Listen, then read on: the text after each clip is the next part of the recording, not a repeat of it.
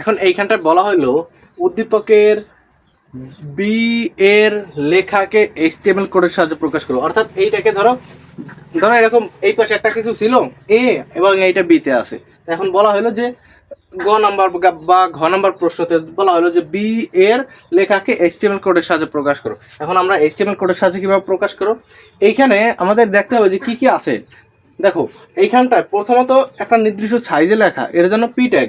এরপরে এই যে ইট, এই ইটটা লেখা আছে কিসে, একটু হেলানো অর্থাৎ ইটালিক, তাই না?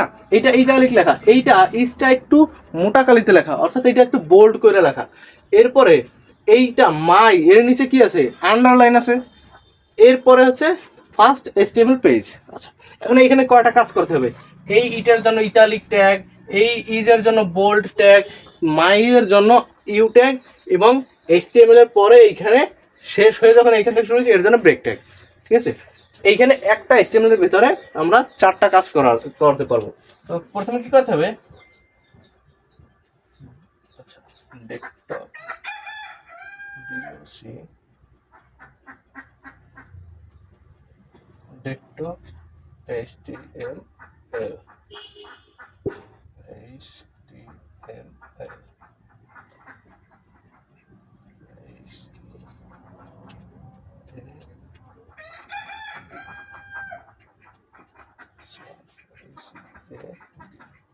এরপরে BODY বডি, বডির ভেতরে প্রথম যেহেতু একটা নির্দিষ্ট সাইজে লেখা আছে এর জন্য আমরা কি করব, পি ট্যাগ দিয়ে শুরু করব।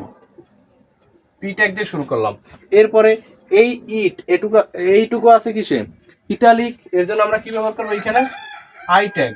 আই ট্যাগ ব্যবহার করার পরে এইখানে আমরা লিখব ইট। এইটুক শুধুমাত্র ইটালিক, এর জন্য এর শেষে স্ল্যাশ আই। এরপরে ইজ আছে কি বোল্ড, একটু মোটা কালার, এর জন্য বি ট্যাগ। এরপরে ইজ স্ল্যাশ বি। এরপরে মাইটা লেখা আছে কিসে, নিচে আন্ডারলাইন আছে, এর জন্য নিচে ইউ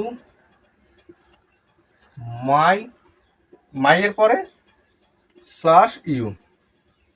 আচ্ছা, এরপরে স্ল্যাশ, এরপরে যা আছে তাই ফার্স্ট।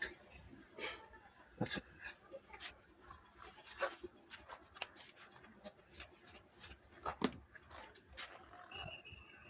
HTML, এরপরে এখানে BR ব্রেক ট্যাগ, এরপরে পেজ। পি ট্যাগের কাজ শেষ, এর জন্য স্ল্যাশ পি। আর পুরো বডির কাজ শেষ, এর জন্য স্ল্যাশ বডি।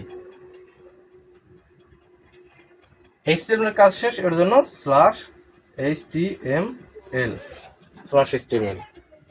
এইখানটায় আবার শুরু থেকে আমি একটু বলি, এরকম একটা HTML কোড দেওয়া থাকবে, HTML কোডের এরকম একটা লেখা থাকবে, প্রশ্নের গ অথবা ঘতে দেওয়া থাকবে এবং বলা হবে যে উদ্দীপকের বিতে যে লেখা আছে তা HTML কোডের সাহায্যে প্রকাশ করো। আচ্ছা, এখন HTML কোডের সাহায্যে প্রকাশ করার জন্য আমরা প্রথমে দেখবা যে সব কিছু যেমন থাকবে এইখানটায় একদম এইগুলো, এইটা হচ্ছে HTML এর বিভিন্ন অংশ। প্রথমে HTML, এরপরে হেডে যদি তোমার কোনো ক্যাপশন বা টাইটেল দেওয়া থাকে তখন তুমি এইখানে ব্যবহার করবা, যদি না থাকে এটা দরকার নাই। এরপরে বডির থেকে শুরু করবা, পি ট্যাগ একটা নির্দিষ্ট সাইজের জন্য পি ট্যাগ ব্যবহার করবা, যদি প্যারা থাকে এইরকম এর জন্য পি ট্যাগ। এরপরে যেহেতু এই লেখাটুক ইতালিক এর জন্য আই ট্যাগ।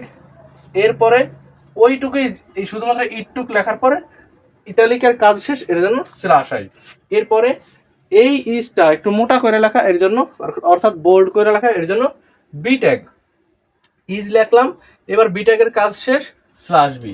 ঠিক আছে, এরপরে বি ট্যাগ, এরপরে আছে মাই, এই মাই এর নিচে আবার আন্ডারলাইন, এর জন্য মাই এর শুরুতে ইউ এবং মাই লেখার পরে শেষে স্ল্যাশ ইউ। এরপরে ফার্স্ট HTML, এরপরে এইখান থেকে লেখাটা শেষ হয়ে আবার এইখান থেকে যেহেতু শুরু হয়েছে এর জন্য ব্রেক ট্যাগ। এরপরে পেজ। এবার এই টোটালটুকু আমরা কি পি ট্যাগ দিয়ে শুরু করছি, এর জন্য স্ল্যাশ পি। এবার এই সম্পূর্ণটুক লেখার শেষ হওয়ার জন্য স্ল্যাশ বডি, আর পুরো HTML কাজটা শেষ এর জন্য স্ল্যাশ HTML। এই রকম লেখার নিয়ম। আশা করি বুঝতে পেরেছো।